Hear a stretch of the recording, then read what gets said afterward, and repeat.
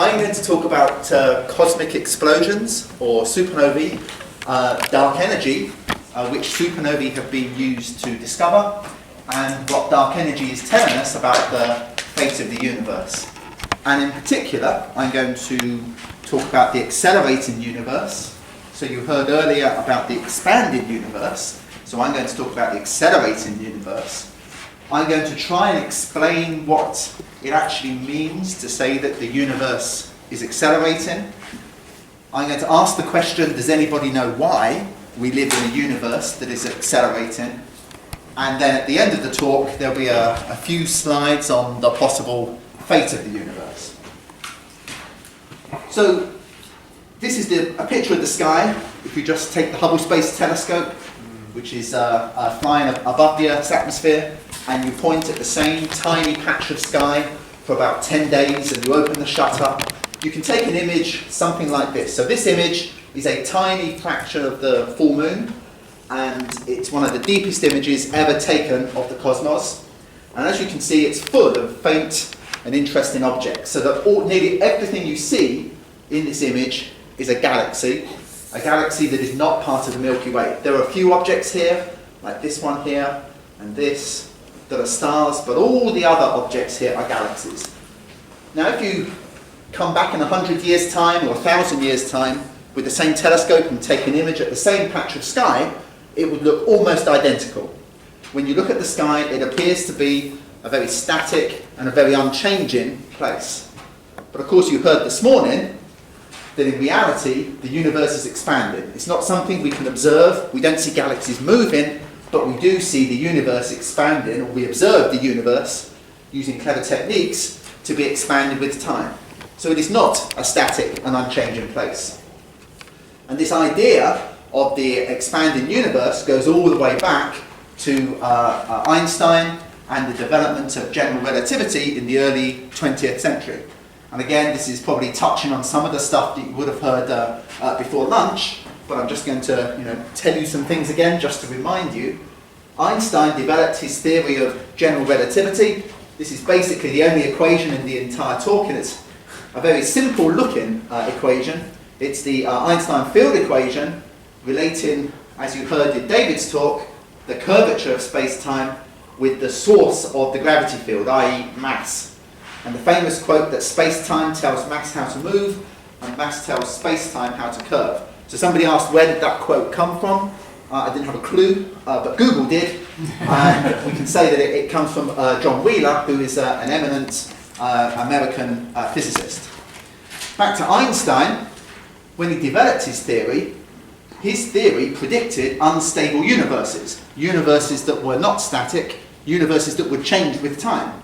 And the reason for this is pretty simple. His universe was full of matter, and matter attracts other matter. That's what gravity is. If you drop a ball, it falls to the Earth. The moon goes around the Earth goes around the sun. Matter attracts other matter.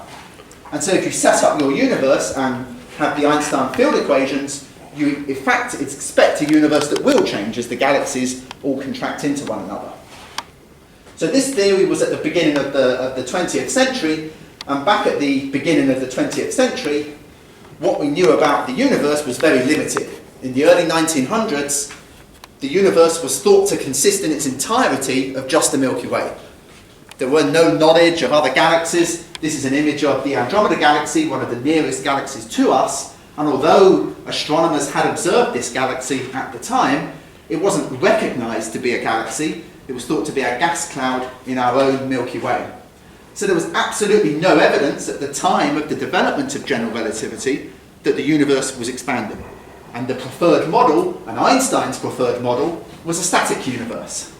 Now, because his equations suggested that the universe should change with time, probably collapse, Einstein added by hand, and with absolutely no mathematical necessity, an extra term into his equations. A lambda term, or a cosmological constant, which effectively acts as anti-gravity to counteract gravity. So he just put this lambda term in, which would give him what he wanted was a static universe, a universe that wouldn't change with time, because there was no observations at the time to suggest that there was anything different. So this was a fudge, if you like, that Einstein introduced into his equations. Now, a few years later, Sullivan and Hubble, two astronomers from the 1910s and 1920s, made some really very surprising observations that suggested that Einstein was wrong to introduce that lambda or cosmological constant term into his equations. Now, to understand exactly what they did, I'm just going to talk about two quite important concepts which will help you understand the rest of the talk.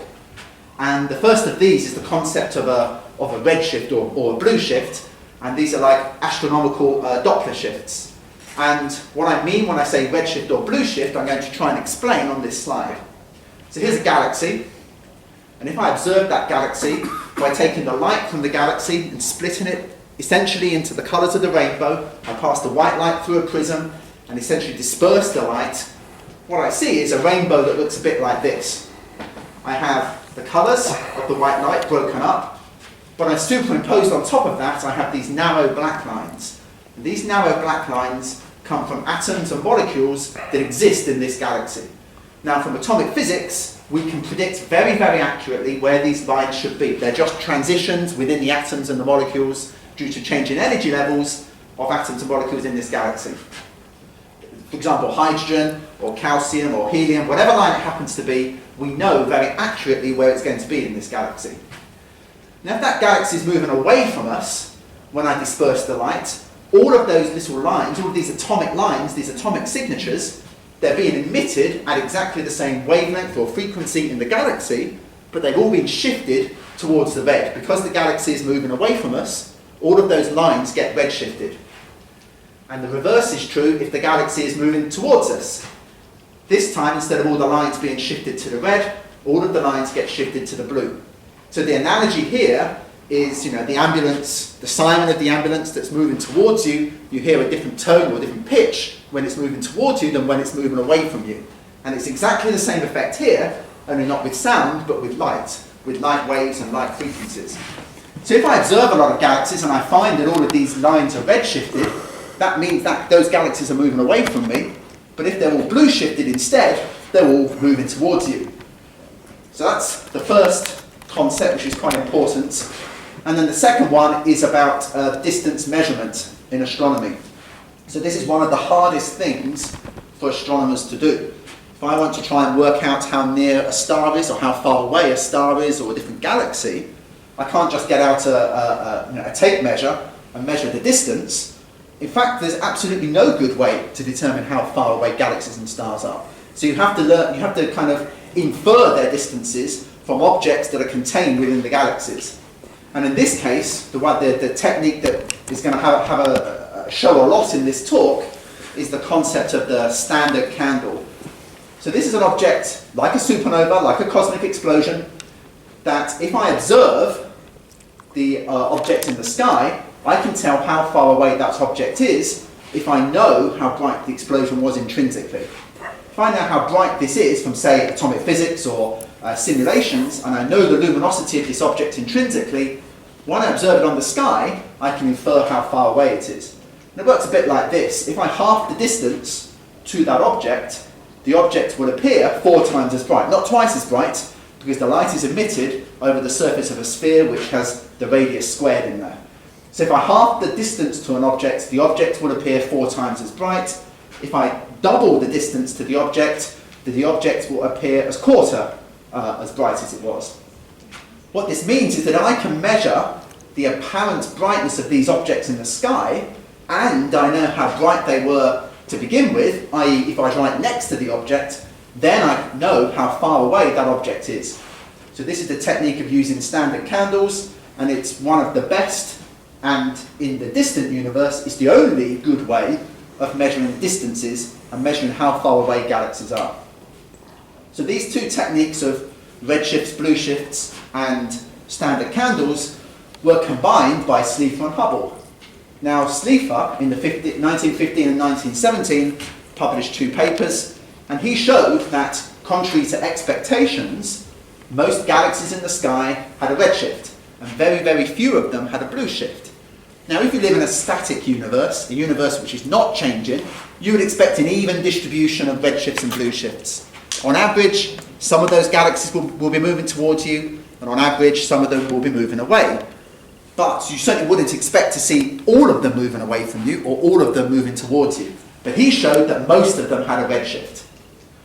And Hubble, about a decade later, combined these measurements of the redshifts of the galaxies with his own distances using the standard candles to the same galaxies. And he put together one of the most famous plots in astronomy, and I think one of the plots that really changed cosmological physics, perhaps is even the invention of cosmological physics, in 1927 and 1929, which is known as the Hubble diagram. What he showed is he plotted his own distances, which are on this axis here, against Slipher's recession velocities or redshifts. So it's a recession velocity because it's a redshift, which means it's moving away from us or it's receding from us. And he showed that there was it's a bit noisy, but there is a relationship, a general trend, that the further away a galaxy is, so this is in units of millions, essentially millions of light years, the further away a galaxy is, the faster it's moving away from us. And this Hubble diagram was the first, and still remains the best, direct evidence that the universe is expanding. And as I said, it's one of the most important plots of 20th century physics. So you've probably heard of Hubble before. He has a telescope named after him, the Hubble Space Telescope. He even has a Hubble law. And poor old Slipher, who did all of the hard work in measuring these recession velocities, has no telescope or no law named after him, which shows that spin and PR was important in the 1920s and in science as it is today. So this cosmological constant is no longer needed. We now have evidence that the universe is expanding. And as I think you heard earlier, this is the blunder of the cosmological constant was something Einstein referred to in his later life. But remember, when he developed his theory, he didn't have this evidence of the expanding universe. He just had, he didn't know about other galaxies, he just knew about the Milky Way. So we don't need the cosmological constant anymore. And in Einstein's field equation, Einstein then essentially drew a line through the lambda term and went back to his original field equation. In this case, the expansion of the universe prevents the universe from collapsing. So you don't need the cosmological constant term, you have the expansion to prevent it from collapsing. Okay, so I've told you that this plot shows that the universe is expanding, and some of you might be sitting there thinking, well, how does it show that? Why does this diagram tell us that the universe is expanding?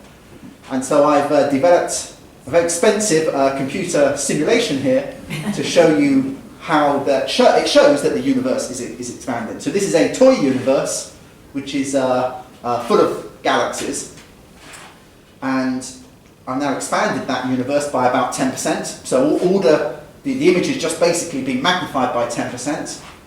And then I lay them on top of each other, and so I've made sure that the centre of the image is in the same place at both times, and in both images. And what you can see is that if I lived at the centre of this universe, I would see that more distant objects have moved further, so these two objects are further apart than these two objects which are closer to me. And that's the same in every direction. Here, these two objects are further apart than these two objects which are closer together. So this is part one of the Hubble diagram, that more distant objects are moving away faster. That's what the Hubble diagram is showing. And so this is it in a kind of cartoon universe. No matter which direction I look in, more distant objects have moved further than objects which are closer to me. So that's the first part of the expansion. But the second part is, I can shift the centre at the point at which I've overlaid the two images. So in this image, the images are aligned in the middle. In this image, the images are aligned on this red kind of ellipse here. And again, you see exactly the same thing. The objects that are closer to this ellipse are closer together between the two images. On objects which are more distant, they have more distance between them in the two images. That's if I centre on this red object, and the same is true if I centre on this blue star down here. These two objects are very close to each other, these two objects are very far away from each other. So not only are more distant objects moving faster, but there's no unique centre to the expansion. If I live here, I see the same expansion as if I live here, that's in the image before. In this one, if I live here, I see the same expansion. And if I live in the centre, I see the same expansion. In every direction, no matter where you are in this toy universe, you see a universe that is expanding. And so that's the concept of the expanding universe in a nutshell. So once you've accepted, perhaps, that the universe is expanding, you probably ask the question next of what ultimately will happen to the universe. And so there are, obviously, if something is expanding like this, there's basically two possibilities as to what will ultimately happen. And perhaps if my thing is working. We heard the universe starts with the Big Bang. After the Big Bang, we have expansion. So there's the Big Bang, and there's the universe expanding. And so what can happen? Well, one possibility is that gravity pulls everything back together again, and you end up in a big crunch. In this case, the expansion energy of the universe is less than the gravitational pull of all of those galaxies. So all of those galaxies pull themselves back together again, and you end up back where you started. So this is the case where gravity is greater than the expansion energy. You eventually get a recollapse, and there it goes.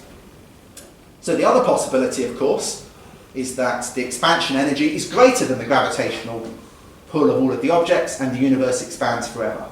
So in this particular case, the expansion energy of the universe following the Big Bang would be greater than the gravitational pull of all of the matter in the universe. And so those were the two possibilities in the early 1990s, mid-1990s, that were generally considered by cosmologists, that we lived in one of these two universes. Either a universe that would expand forever, or a universe that would eventually recollapse. So what has dark energy got to do with any of this? Well, I'm going to make a small deviation away from Big Bangs and cosmology and all those sorts of things to tell you about the story of the discovery of dark energy. So the story of the discovery of dark energy has got nothing to do with cosmology at all. In fact, it's about starts with Fritz Zwicky, who was a Swiss-American Caltech astronomer in the mid-20th century. This is Fritz Zwicky on his telescope at the Panama Observatory. Not actually observing there, of course, because the lights are on, but yeah, never mind. He was brought to Caltech by Millikan. Millikan won the Nobel Prize for Physics in 1923. And Zwicky was a pretty confident young man. And when he turned up, he allegedly told Millikan that Millikan had never had a good idea. This was the Nobel Prize winner. It may well have been true, I don't know. But Zwicky said, I have a good idea every 2 years. Give me a topic and I will give you the idea. And this was very characteristic of the man's fairly unconventional thinking. Some of the big ideas that he came up with, he suggested that you can create a fusion hotspot on the sun and move the solar system to Alpha Centauri in 2,500 years. That hasn't been done, in case you're wondering. He created the first artificial meteors by launching small pieces of metal into the upper atmosphere in a rocket. And he was a bit frustrated with the atmosphere, because when you're doing observations with a telescope, the atmosphere blurs your observations. And he tried to improve the image quality at a telescope by firing a gun through the dome opening to try and, I don't know what he was trying to do, to improve the atmospheric conditions. If you have a telescope at home, this doesn't work either, so don't try it. And he said, I myself can think of a dozen ways to annihilate all living persons within 1 hour. So, the good idea, and the good thing that he did a lot of good things, but the thing that he's most well known for is the discovery of supernovae. And indeed, he coined the term supernovae in the 1930s to describe transients and explosions and new things on the sky that appeared brighter than the novae that were already known about. So novae means new star, and that have been around for some time. Supernovae are brighter than novae, and so they're called supernovae. He discovered more than 100 supernovae, which was a feat that has only been bettered very recently, and he also was the first person to suggest that supernovae, in fact type 1a supernovae, but he didn't know about the different categories of supernovae, he suggested that these explosions could act as standard candles. And indeed, it's type 1a supernovae that we use to try and measure distances in the universe. Okay, the next question you're probably asking is, what are type 1a supernovae? So this is an artist's impression of what a type 1a supernova system might look like before it blows up. This is a white dwarf star, and it is accreting or gaining matter from a companion star, and it will eventually get to the point at which it explodes. So now you're probably asking, what is a white dwarf star? So it's an explosion of a white dwarf star. A white dwarf star is a very small and very compact star. This is an image of the sun. It's a real image taken at the wavelength of hydrogen, and you can see all these prominences and sunspots on the surface of the sun. A white dwarf, by comparison, is this size. So it's an incredibly compact, very dense, a lot of matter in this object. All the matter in the sun is squeezed into this tiny white dwarf star. So it's a very compact object. Now, Chandrasekhar, who himself won the Nobel Prize in the early 1980s, he demonstrated that these white dwarfs have a maximum mass beyond which they cannot support themselves against gravity. This is known as the Chandrasekhar mass. So what does that mean? Well, here's the sun again, so it's the same kind of image of the sun, and here's the white dwarf. So what happens is, as a star, like the sun, approaches the end of its life, it runs out of fuel. All the thermonuclear burning, which keeps the sun bright and glowing and hot, and stops the sun itself from collapsing against gravity, well, that goes away. The sun ages, runs out of fuel, and with nothing to stop it, gravity compresses a star like the sun to the limit to which normal matter can be squeezed, and this is the Chandrasekhar limit. You just can't pack matter to get any more tightly together in atoms than you can at the Chandrasekhar limit. So all of the mass, for example, in a star like the sun, will be squeezed into an area of space the size of the Earth. So that's not as dense as a black hole, and it's not as dense as a neutron star, but it's still pretty dense. A teaspoon of white dwarf matter weighs about 5 tons, so it's an incredibly dense material. Nothing like anything we can create on the Earth. What happens is that the outer layers of that star that has collapsed into the white dwarf are thrown off. These are these kind of circles that you see here. This is a white dwarf. This is actually a planetary nebula, it's called. And the remnant is a white dwarf star. So in about 5 billion years' time, this is what will happen to our sun. The centre of the sun will collapse into a white dwarf, and the outer layers will be ejected into space. Now, a white dwarf is a dead star. It doesn't generate energy anymore. It's just cooling. It's hot, but it's cooling. But it can't generate energy because it's used up all of its nuclear fuel. All of the hydrogen and helium that it was burning during its main part of its life has all been used up. And if you just leave this white dwarf alone, it will eventually cool off completely, and it will essentially freeze solid. But with a type 1a supernova, you don't leave this white dwarf alone. You have another star next to the white dwarf, and eventually that white dwarf grows in mass until it becomes unstable, and another thermonuclear explosion results. So what happens if you don't leave the white dwarf alone? Here's a little movie to demonstrate that. So this is the white dwarf here, and this is the star that lives with the white dwarf in space. So this white dwarf has been formed, material is coming from this bigger star via an accretion disk, which is this white stuff surrounding the white dwarf, and the white dwarf is growing in mass until it becomes so massive that a thermonuclear explosion results, and there's a supernova explosion. And that is what a type 1a supernova is. It's the explosion of a white dwarf star. So, these runaway thermonuclear explosions are incredibly bright. They're as bright as 10 billion suns. What that means is that they can be seen to very large distances. You can see them halfway across the universe. And so why are these supernovae useful? So this is a type 1a supernova in a distant galaxy. This is an image from the mid-1990s. Type 1a supernova are as luminous as 10 billion suns, but more than that, all type 1a supernovae are as luminous as 10 billion suns. So if I can observe a type 1a supernova in a distant galaxy, it's a standard candle. If I know how bright it is, I can measure the distance to that supernova. So eventually, after a detour through white dwarfs and supernovae, you can see we're coming back to cosmology now, because we have essentially the best standard candle that astronomers know about. A type 1a supernova, a thermonuclear explosion.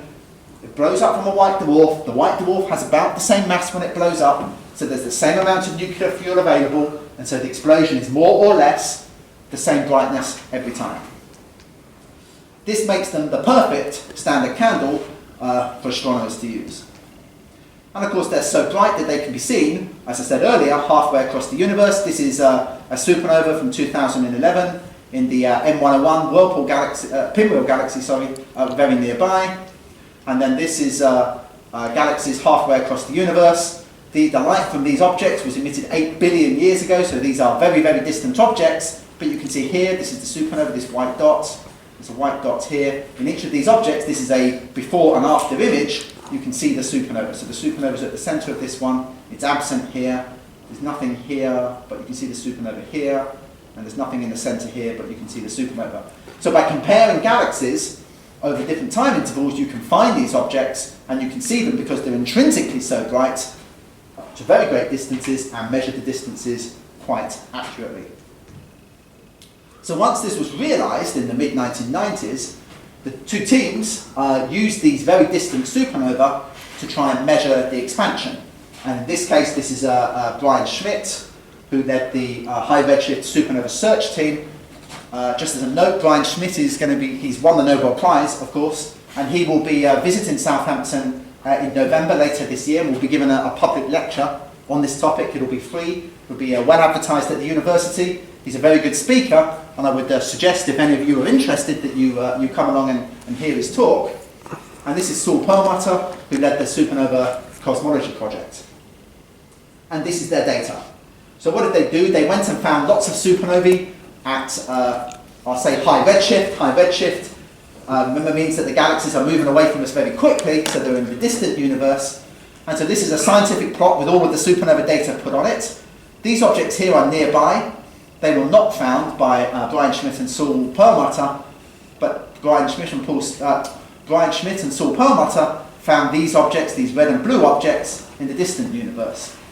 Now this dashed line shows what most cosmologists thought was the prediction from the cosmological model which most cosmologists favoured in the mid-1990s.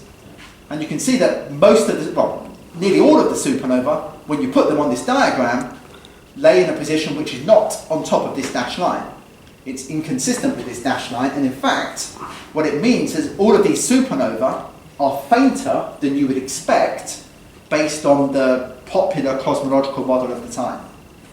If they're fainter, it means that there's something in the universe pushing them further away. Because they're a standard candle, if something is fainter, it means it's further away, which means you've got to have something in the universe pushing these supernovae, or the galaxies that they live in, further away. So this is the original scientific data. It's a compilation, actually, of data from two papers. This is the signal, the fact that all of these supernovae are fainter than you would expect. Means they're further away than expected, and it points to something extra, and that something extra is now called dark energy. So this is the original discovery paper, data rather, for dark energy. It's a discovery which won the 2011 Nobel Prize. And I always think it's interesting that you should be aware of the type of data that can win you a Nobel Prize, because you look at it and you think, well, it looks like something a toddler would do when they're just splashing paint on a piece of paper. But these are obviously very careful measurements made over many years, and this signature here is evidence of dark energy. But it's always good to see the data that actually win things like the Nobel Prize. Right, so turns out, of course, that Einstein was right for the wrong reasons. The cosmological constant is the extra thing that Einstein introduced into his equations, the thing that pushed, like anti-gravity, that pushed the universe apart, and is now mathematically equivalent to a particular form of dark energy. So what happens in a dark energy universe? Oh, this is going to go by too fast for me to actually explain it, so I have to go back. Right, so in a dark energy, remember the two universes we had before? One expanded and then contracted, and one expanded but slowed down as it expanded, but expanded forever. In a dark energy driven universe, you get an acceleration. So you get an initial slowdown, and then dark energy takes over and pushes the universe apart. So the rate of expansion of the universe gets faster with time. So watch that again, the Big Bang, an initial slowing down due to gravity, and then an acceleration as dark energy becomes more important and drives this accelerating expansion. So you not only have a universe which is expanding, but you also have a universe which is accelerating in the rate at which it is expanding. So here's an analogy to dark energy. You know, if I go outside here and I took a tennis ball, went on the tennis courts and threw the ball in the air, you'll be astonished to hear what happens. The ball goes up and it takes a long time and then it falls down again. So that's exactly what you would expect.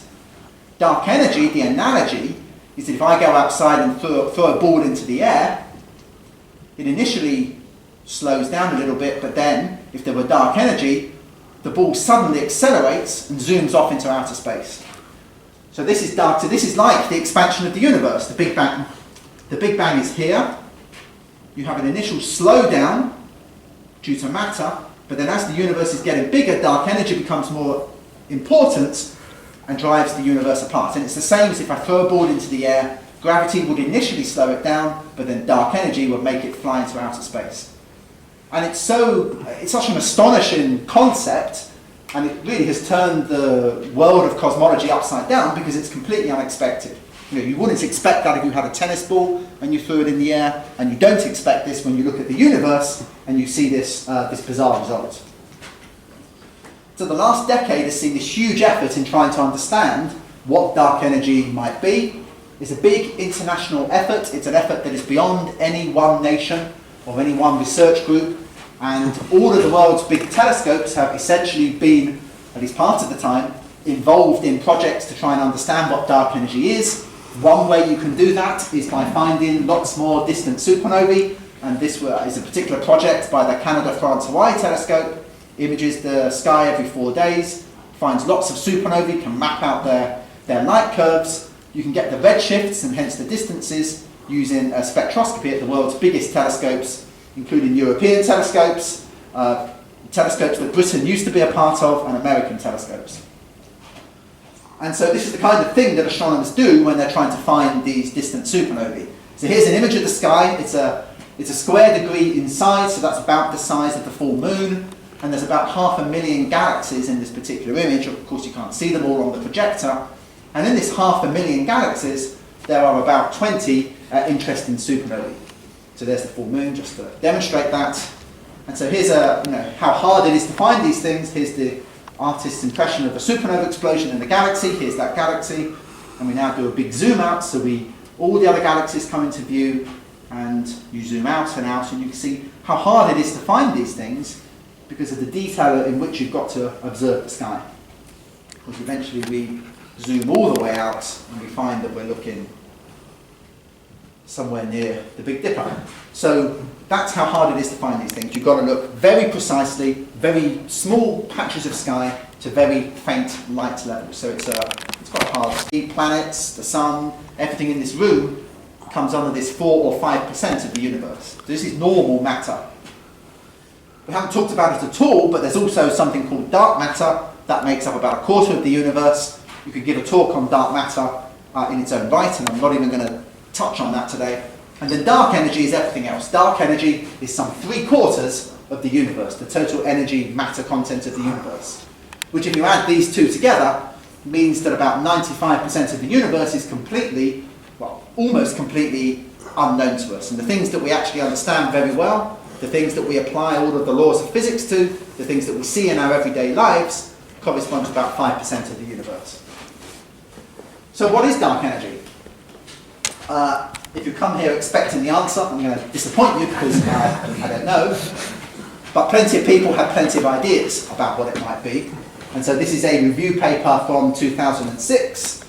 So you can imagine how many more theories there are since 2006. This is a paragraph from the introduction to that paper, and it listed, at the time, all of the models that were then popular to try and explain dark energy. And of course, some of these models have become less popular. There are other models that have gone into this. But I'm not a theorist, I'm an observer. And so when I look at this as an observer, I think that nobody really has the faintest idea what dark energy is. We have data. We can say which of these models are consistent with that data. Many of these models are consistent, but we don't know really that any of these models are necessarily better than any other. So, here's the cartoon, which kind of sums up the progress in a sense. The caveman and the modern astronomer kind of thinking the same thing.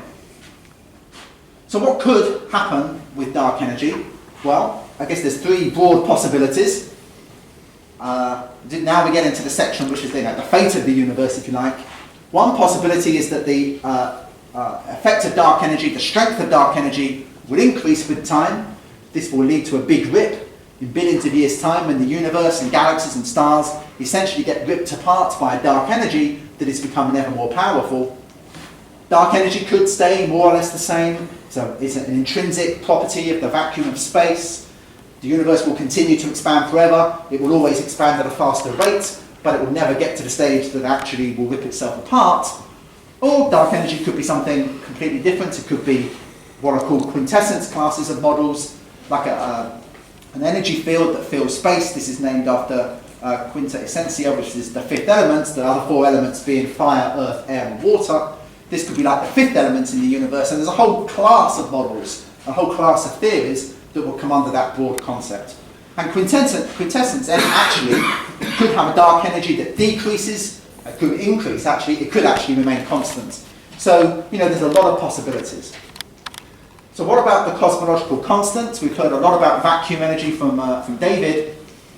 So the good news is that the cosmological constant agrees with the data that we currently have. When we make a prediction as to what the brightness of supernovae should look like in the distant universe, the cosmological constant is perfectly consistent. The problem is that when particle physicists try to calculate how big the cosmological constant should be when they try and do it from first principles, you don't get it exactly right, and you turn out to be wrong by a factor of 1, followed by 120 zeros. That's a large number, of course, in case you forget your maths. And this is what is called the fine-tuning problem. Joking aside, I'm being a little bit unfair to particle physicists, but that's always quite good fun. I don't think any particle physicist would tell you that what they currently calculate from vacuum energy, they would expect to get the magnitude of the effect correct from first principles. It's just an illustration. Whenever anyone tells you, oh, it's the cosmological constant, you should always think back and think, yeah, but the theory doesn't quite work at the moment. So here are the three possibilities: dark destiny, the ultimate fate of the universe. I've described these: the big rip, the constant dark energy, which is the big freeze, and then the big crunch. So let me just briefly say something about all of those. So the big crunch, which is the Big Bang backwards, is the effect of dark energy decreases or even becomes attractive with time. And you get a recontraction into a very hot, dense state similar to the Big Bang, and you get a phase of big bangs and big crunches. So this currently seems improbable when you look at the data that we have, but then 20 years ago you would say that dark energy was pretty improbable. So I don't think as a scientist you should ever completely rule something out, but I should say that this class of models are not consistent with the data that we have at the moment. An alternative is the big freeze, the heat death of the universe. So this is the UK covered in snow from a few years back. In this, dark energy more or less stays the same, perhaps it's a cosmological constant. The universe expands forever, and it basically doubles in size at a constant rate. And what's going to happen in the near future, the Milky Way and the Andromeda Galaxy will eventually collide in about 3 billion years' time. The local group, which is the Milky Way, Andromeda, plus all of the other satellite galaxies that are near to us, they will all coalesce together in about 100 billion years. In about 2 trillion years' time, the Milky Way will become alone in the universe, in the sense that the universe is expanding so fast that light from nearby galaxies can't reach us due to the speed of the expansion. In about 100 trillion years, all the stars will die, all the fuel will be used up, and that will leave all objects in degenerate remnants, by which I mean white dwarfs or black holes or neutron stars, which don't have any energy themselves with which to make the universe, or with which to light the universe. Eventually neutrons decay, and the universe becomes a very empty and a very cold place. And this is what the data are currently pointing to, a pretty depressing end to the universe in about 100 trillion years' time. Or the big rip. This is also known as phantom energy, and is some kind of variant of quintessence theory where the effect of dark energy grows with time, and the universe expands and expands, but at an ever increasing rate. So that not only is it accelerating, but the acceleration is accelerating as well. You get a universe that basically flies apart. Now the size of the observable universe will decrease very quickly in this, and eventually all structure would be ripped apart. And again, there's a sentence which I think was entirely lifted from Wikipedia, so we all use it, which I'm not going to read out, but it's a very similar story to what you had on the previous slide, except the universe is eventually just ripped apart as dark energy becomes so important that it tears atoms and molecules apart. Good news, hey? Right, so where next? So the nature of dark energy, because we don't know what it is, I think many people would consider it one of the biggest problems in physics. The problem with understanding it is that it's not very easy to detect. In fact, it's currently impossible to study on the Earth. And the reason is that in every cubic meter, there's 10 to the minus 25 grams equivalent of dark energy. So that is obviously a very, very, very small number, and it makes it impossible to study because there's just virtually none of it in a particular area of space. The only way we can currently study it is to use astronomy. And in astronomy, because you're looking over such big distances, you can add lots of 10 to the minus 25 grams in a cubic meter. You can add lots and lots of them together, and then you add them all up, and you come to an effect which is actually appreciable and can affect galaxies and so on. And so astronomy is really the only way forward. A particular survey, so I'm just coming to the end of the talk now, a particular survey to try and understand dark energy in more detail is called the Dark Energy Survey, and this is a 5-year survey which will run until 2018, and it uses at its heart the dark energy camera, which sits at the top of the prime focus of this telescope in Chile. This is a 4-meter telescope, has 570 million pixels in dark energy camera. That's the most powerful digital camera in the world. So I wrote that on there. I don't know if it's true, but it certainly sounds true to me. The images it takes are about 3 degrees in size, so that's several times the size of the full moon. And over the next 5 years, Dark Energy Survey will find about 4,000 supernovae to try and measure dark energy in ever more detail. And it will also use other techniques, which I haven't had time to talk about today, to understand dark energy. That's the dark energy camera close up. Each of these different rectangles is a CCD camera, very similar to the kind of CCD camera you have in your phone or your digital camera, only these are much bigger, and they're science grade, so all of these pixels in each of these cameras, all 570 million of them, responds in a very uniform way to light, and it's able to take very precise pictures.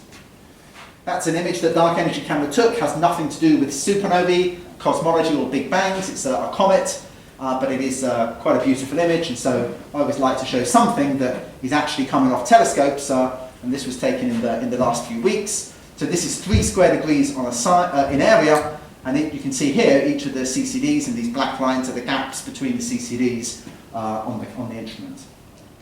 And so here's a picture of the Dark Energy Survey in progress. This is the telescope here as it's rotating around the sky. So these are the Magellanic Clouds, so it's on the southern hemisphere, so you probably won't recognise many of the constellations. And now the sun coming up, and there's some asteroids flying across. And so that is a kind of a night of observing as part of the Dark Energy Survey. So if I come back in 5 years, I'll be able to tell you what it's found. So that's the summary then. The universe is not just expanding, but it's accelerating in the rate at which it's expanding. And the bottom line is we don't really know why that's happening. We're pretty sure that it's happening, but we don't necessarily know why. What we do know is that we live in this kind of jelly baby or jelly bean universe. So we take this is a bit like the universe. If each of the jelly beans corresponds to some part of the universe, everything in black here we don't understand or don't know anything about. And what we do observe are all of these coloured jelly beans, the galaxies, and we don't know anything about the dark energy or the dark matter that lies between these galaxies. What we can say is that space-time seems to be filled with this strange dark energy. It's pretty much staying constant as the universe expands, and eventually this energy is going to dominate the universe entirely. And I'll stop there. Thank you.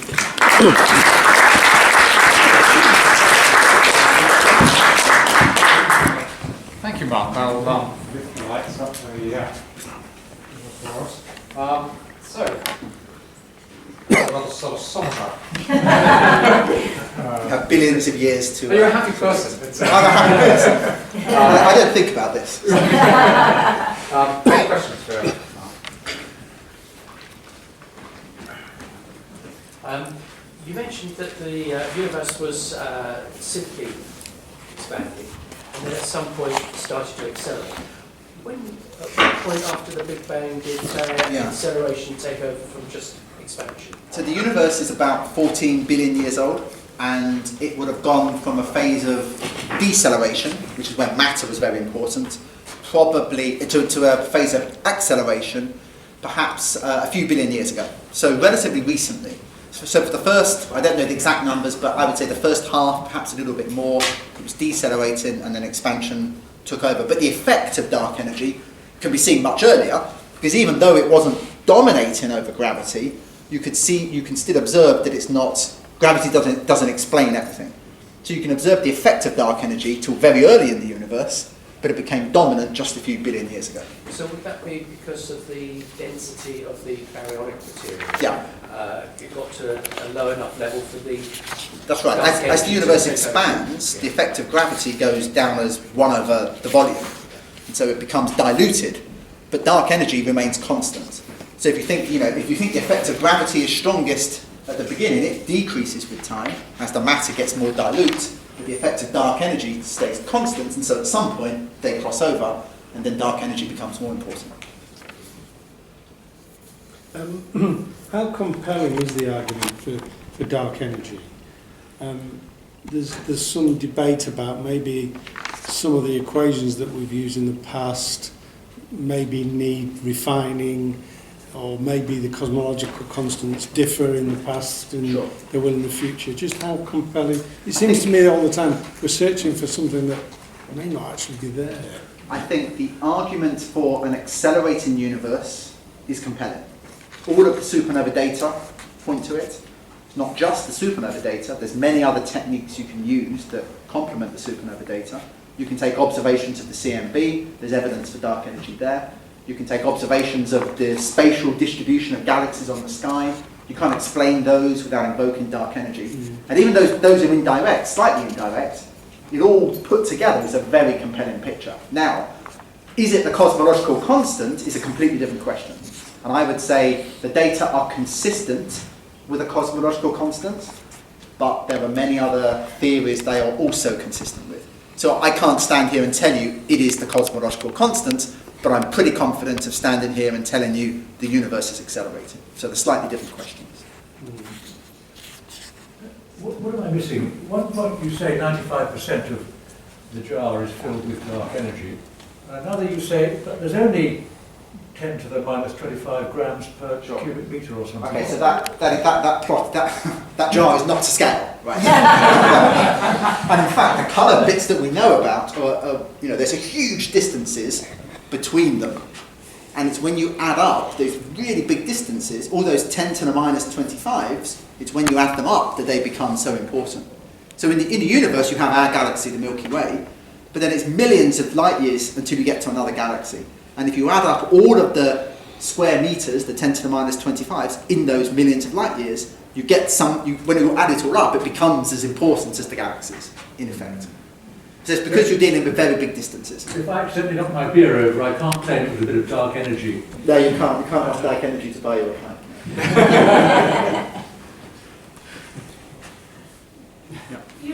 When you talk about the big rip, and that if you measured it on Earth, it would be a really, really small amount in a cubic metre, that suggests that dark energy is uniform throughout the universe. That's correct. Including here. Yeah.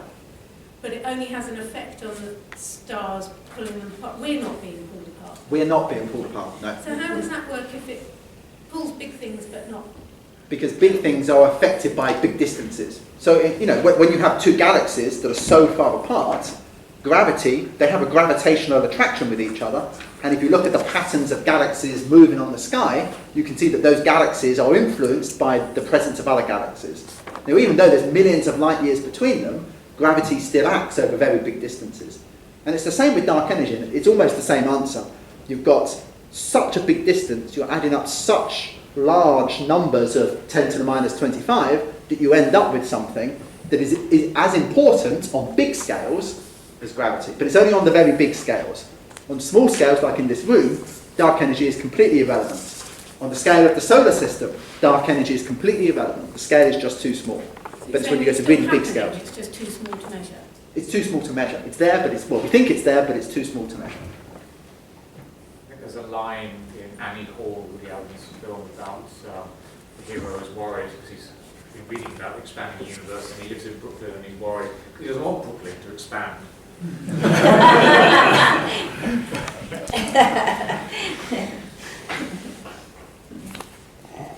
other questions for Mark? Yes. How long does your standard candle stay burning? How quickly get it spotted? Yeah, so it takes about 3 weeks to go from the explosion to its peak brightness, and then it takes a few months to decay away again. So the explosion is not actually, you don't actually see the explosion. What you see is the effect of radioactive decay of things that are made in the explosion. So you get nickel-56 is the thing that's made. Nickel-56 is unstable, and it decays with a half-life of about 70 days or something. And so you see the photons and the gamma rays given off by this decay heat the remains of the star and make it glow. And it decays on the same kind of timescales as the half-life of the radioactive elements that are made. So the answer is a few weeks, a few months. Perhaps this would be a good moment just to invite all of our speakers because we've obviously covered, well, as I said right at the start, from the start of everything to the end of everything, as well as very kind of early ideas about how things began through to the most modern theories. And this would be a moment for you perhaps to ask any questions that might sort of unite some of these talks, or just things that you're still not sure about. It might be quite a lot. But please just feel free to ask any general questions that you have. Are particle physicists going to find dark energy, or are they too busy with other things? Again, they have the 10 to the minus 25 grams per cubic meter problem. When they're smashing things together in, say, the LHC, they're not dealing, they haven't got enough dark matter there to have an effect on their experiment. So my guess is no, they won't. I mean, it's worth saying it's a surprise that it turned up, that there turned out to be any physics left at very low energy scales. So you sort of think we know about low energy physics by doing experiments, but it turns out this is a fantastically low energy that you can't, we haven't explored, we can't explore as far as we know in the lab. If it's just a cosmological constant, because there's no change in energy, you can't actually measure the distance. So the only way we can see it is through gravity, the gravitational effect of it.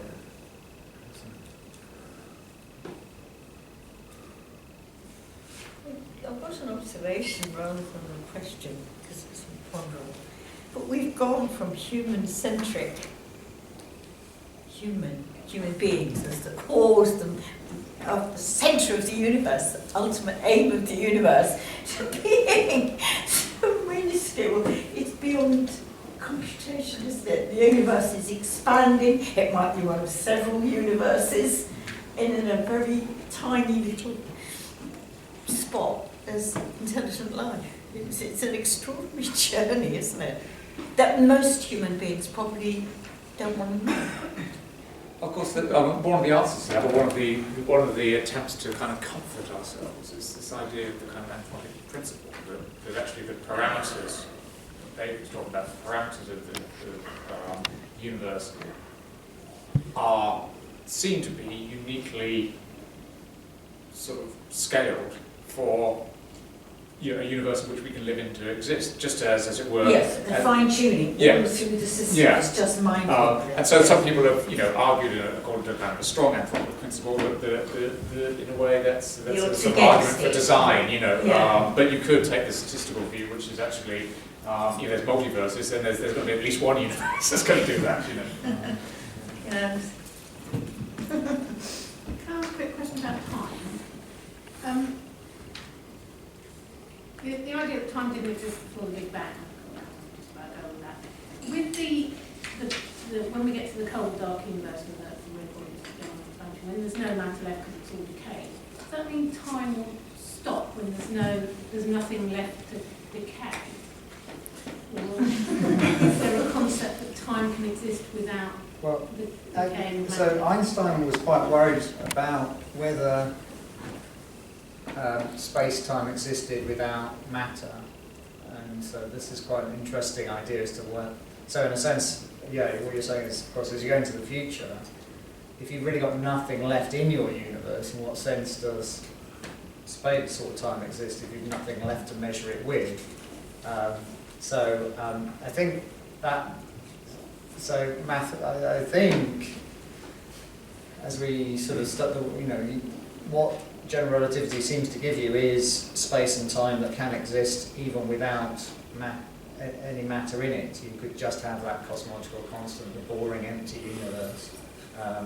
But I think, but you might well say, in practical terms, does it? Does time tick if there's no clock ticking? And how do you measure time in such a universe? So perhaps in practice it really isn't. There isn't much of a clock left. If I can add to that as well, the early Jews and Christians also talk about that as an idea. So rather than a sort of cold, boring, empty universe, what they say is time will end, and then there will be, for those who've been very good, just a massive party that will just last. And it has no set time to it. Time becomes irrelevant. It's just this continuous state of feasting, drinking wine, sharing all these rewards together. So it's but also the idea that time has stopped as well. That would be an even more exciting discovery than dark energy. Yeah. Party at the end of the universe. I'm just thinking of the model that you had where the universe would collapse back in on itself. During the expansion phase, it's not just that. In fact, it's not that the galaxies are flying apart through space. Space itself is expanding. No. So, supposing gravity wins out, and they slow down and start to come back in, would they then drag space-time with it, so that space-time would collapse, or would they then be falling through space into a big crunch? I think space-time collapses back in as well. I mean, so the misleading thing about the toy model is it just has the galaxies on. And of course, really, it's all of space-time which is doing that expansion. And so if you have the model where it recollapses again, it's not the galaxies that are just going back, it's all of space-time that's doing that. I think it's worth, well, at the risk of complicating it, so that's exactly right. In the model, just as we said, galaxies move apart because the space is expanding between them, then yes, they move together because the space between them is collapsing. So just to complicate that, but to show that there is a deeper layer to what's going on here, I mean, in fact, in coming up with general relativity, it's very much based around Einstein trying to build a theory which is doesn't depend on the coordinate reference frame that you're using. That's what the relativity is. And in fact, when we're doing this, we are actually introducing a reference frame, and we're saying I sliced up space and time into four-dimensional space-time into space and time, and we said that space has basically we're putting coordinate system on the space that expands and then collapses in this example. But that's just, at some level, it's actually to the theory, at a deeper level in general relativity, it doesn't matter, it doesn't, on those coordinate systems. So actually the things are equivalent. The description of galaxies moving apart because they're moving through space, or that they're moving apart because space is expanding, is actually, they're just different choices of reference frame. And the physics, the very sort of compact equation, Einstein's equation that Mark showed, actually doesn't matter. So we should get the same prescription. For instance, how long does the universe, what's the lifetime of the universe, would be the same, whichever description you use. I'm going to stick my neck out a bit here. Am I right in thinking that in a deep gravity world, time is running at a different rate to somewhere else, to an independent observer? Just a yes or a no. Well, I'm not going to give a yes.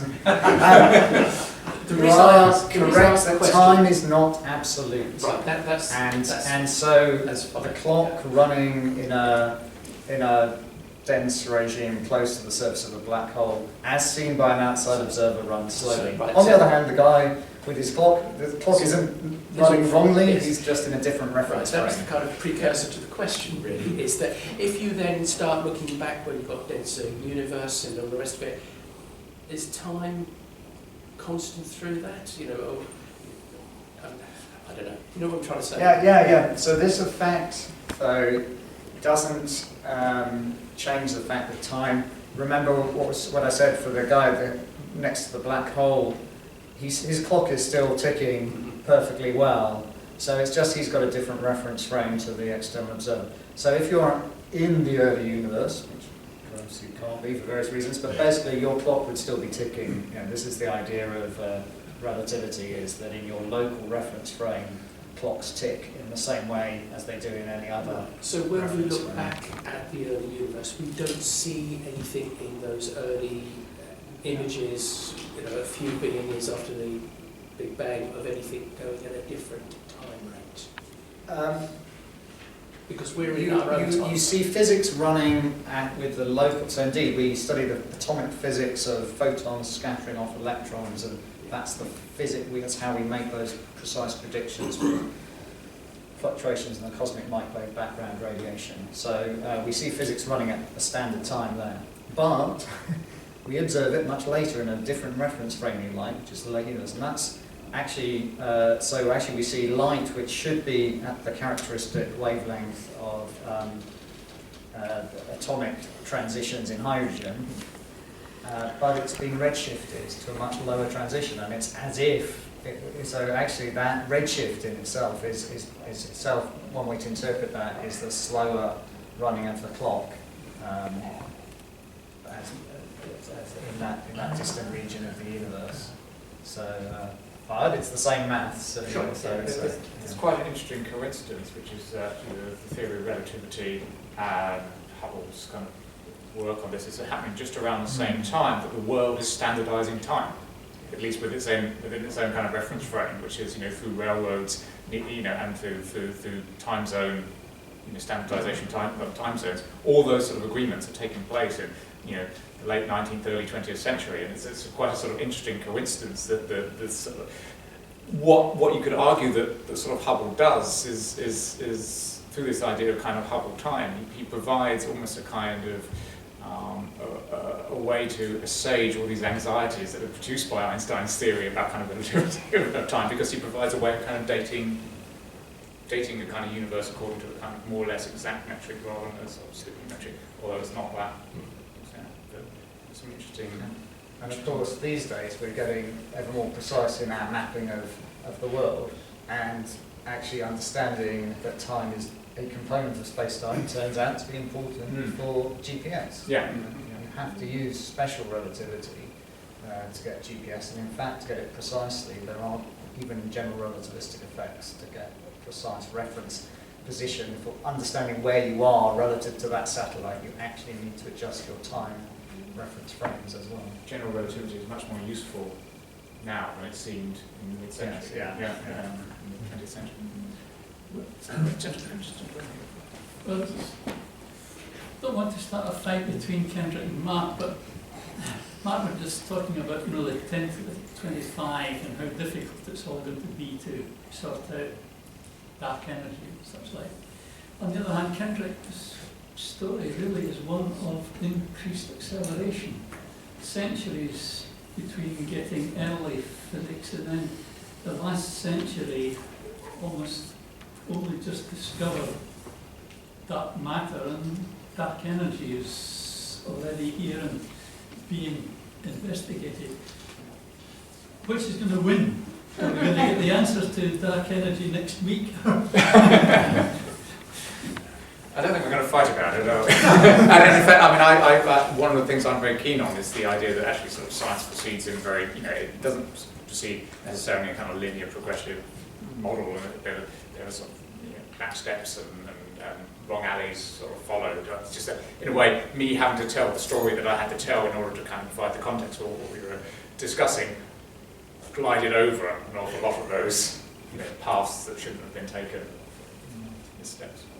I suppose we'd hope that we're not down some wrong turn at the moment, right? And we think, dark energy is what we've got to try and explain, and in 100 years' time, people may look back and think, oh, how quaint dark energy was. The thing about dark energy is the simplest thing, which is the cosmological constant, is consistent with data. And every experiment we do, we kind of hone in on the cosmological constants. But it's not something you can ever prove, because there's always some uncertainty in the measurement that you make. And at some point, you have to ask the question, when we make our measurement, how close to being at the cosmological constant are we prepared to be before we stop and we say, it's the cosmological constant? And that's a question that I don't think people have addressed very much yet. We're very close at the moment, where when we make our observations, dark energy acts within 5%, so the error is about 5%. It's like the cosmological constant. In a decade, we'll probably be at 1 or 2%.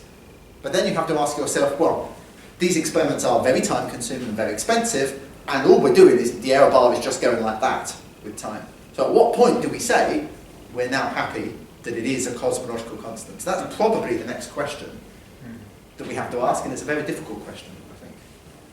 Something like one more. Yes. I was interested in the time question. When you talk about, so the Big Bang being, the diagram you have, it was in seconds. Is that seconds from our point of view? Or is that seconds from the point of view of somebody who was standing there at the time? Standing there at the time. Although there is no one standing there at 1 second. It's a bit hot to go there. But conceptually it is the time, and it's the time on which physical processes happen. It's what we're talking about. The expansion at that speed is just, you just can't, can you? So I just wondered if it was a sort of... Yeah, although remember as in Mark's diagram, you're always in the centre of the expansion. Well, actually, that's a statement in itself. But we appear to be at rest with respect to expansion. So when you say things are expanding really fast, it's them that's expanding. Apparently, they're expanding really fast, and you're always at rest in your reference frame. So you don't. So the expansion actually isn't necessarily something you feel dramatically in your reference frame. But I think your point is a really good one. Just how almost impossible this is to conceive, and what a sort of struggle it can be to sort of think about such a thing happening so quickly. And one of the things that I'm particularly interested in is what impact does the development of Big Bang Theory have upon people's ideas more generally?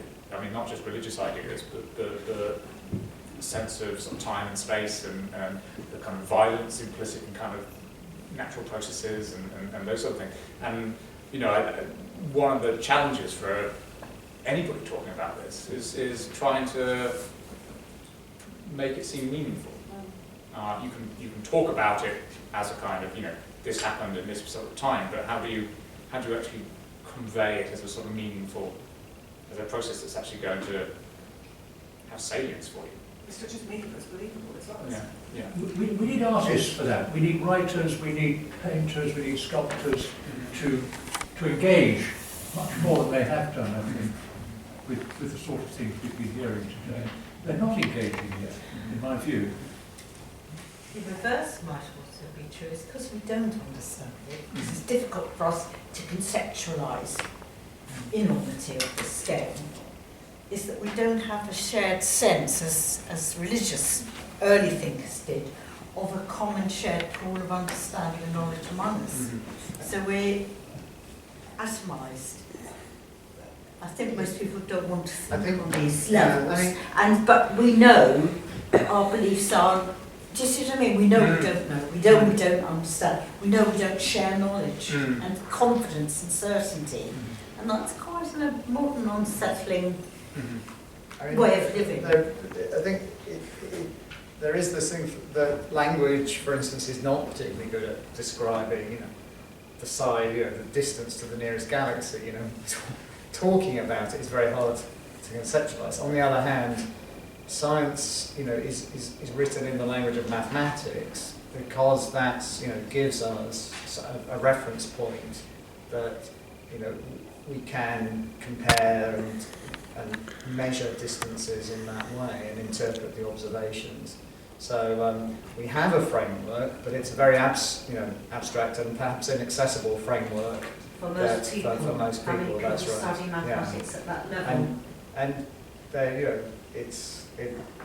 I think it's valuable to understand more about your place in the universe, isn't it? We all want to do that, but it is hard to communicate. And there's even a danger in misrepresenting as you try to turn it into language, or you have to be aware of the limitations of doing that, perhaps. It's like Basil of Caesarea said, that how hard this is to even, how unobtainable it is to really try and explain the situation. But it's clear that people... Or to return to cultural certainties. Yeah, I mean, that's where definitely... everyone believes the same thing pretty much. Yeah, and I think we're comforted by that. With these questions for centuries, really. Yeah. But the fact that you're all here, stay to the end, is a sign of hope. We'd like to thank you for doing so. I'd like to thank the three other speakers. They aren't here, but the people who have done this behind the scenes. I've really enjoyed it, and I hope you have too. So thank you very much.